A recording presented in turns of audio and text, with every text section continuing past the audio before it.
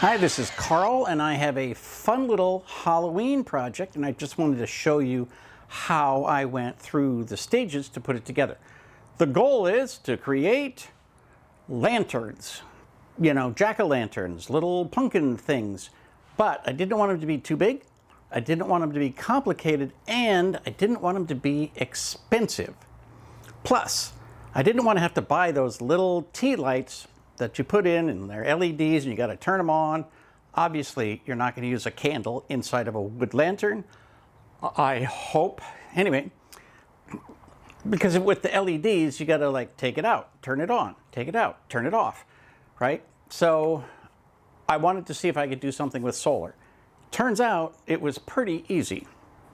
So first thing I did is got a fence picket. So your average run-of-the-mill cedar fence picket is around $3 even today. And the first thing I did is plane it just enough. I didn't want to make it smooth entirely, but I wanted to get off the worst part of the rough outside of the cedar. So I planed it just a little bit. Once we had them planed, then I measured even-sized fronts and backs, tops and bottoms, and had all the pieces cut. Now, the top of fence pickets have these little, edges where they are curved at a 45-degree angle, more or less. And so I left those on because I figured, I'm only going to have two of them like that. They will be in the front. And so if they're a little bit rounded, it kind of looks more like a pumpkin, right? So this little device is a solar collector.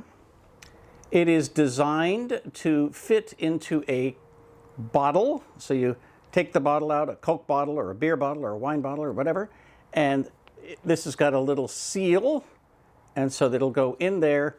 It's got little fairy lights here that light up at night. So when you cover it up, I'll turn it on. I don't know if it'll show here, but yeah, so if you cover it up, it turns on. If you uncover it, it turns off. Okay? So, and this you can basically turn on and leave in place for the whole season. If you place your lantern outside, it'll collect enough sun to light up at night.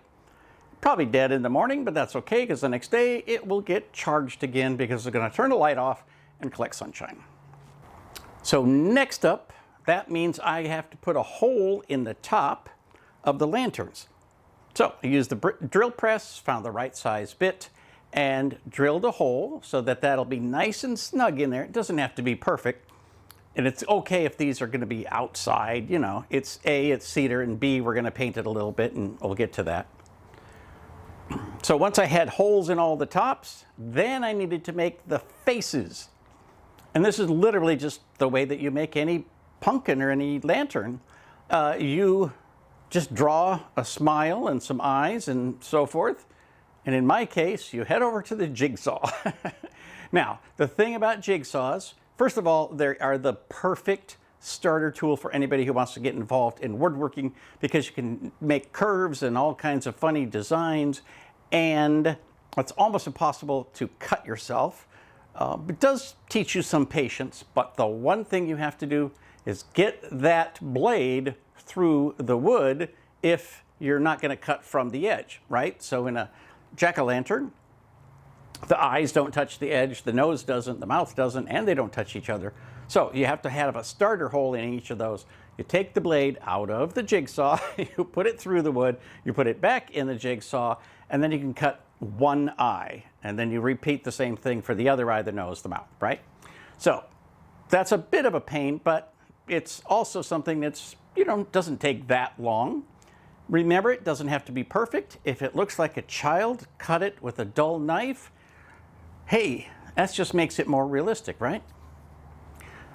So now we have everything cut the way it's supposed to be. We have the holes in the front. We've got faces on them. We got a hole in the top. Life is good. Now we begin assembling them, and it's just a matter of putting them together. I personally like to glue them. I use Titebond III, so it can be outdoors. It's going to be fine. And then just a couple of staples to hold it in place. When they're done, they look pretty nice, I have to say. You know, I'm a little bit proud of the variety and so forth. All of these are made with 2 fence pickets. Total cost so far, about $6. Then I decided, okay, well, I might as well paint them orange, but I didn't want to paint them because the paint is super bright orange. So I just took some acrylic paint and water. I just watered it down and I kind of made like a stain, and I stained them all up and, you know, rub it on, let it sit for a second, rub it off, right? Let them dry, and then I coated them. And I only coated them because, you know, they are going to be outside and potentially in a very rainy part of the year. So I tried 2 different things. One is that I put Thompson's water seal on one, and I took a spray clear lacquer, just, you know, Rust-Oleum clear spray on another. I have to say, Rust-Oleum wins by a long shot. The Thompson's water seal, you almost have to strain it if it's been in your garage for more than a week. So, you know, you got to mix it up, and then you got to strain it, and, you know, it's kind of lumpy and it's sticky, and it takes a long time to dry. And it doesn't really perform any better than the clear coat spray paint over top of the dry paint / stain. So the Rust-Oleum also dries much faster. All right, we got them cut, we got them assembled, and we got them, you know, painted a little bit. Again, these things are not going to have to last forever. It's a frickin' $3 fence picket, so, you know, it's not a family heirloom. And then we put in the fairy lights in through the little hole. Do not forget to put the fairy lights through the little rubber thing before you put it all the way up, because if you put all of those in through the hole, then you have to take it out and put this in afterwards. So just make your life easier and do that beforehand. So the final thing that was a cost is these solar collectors in a package.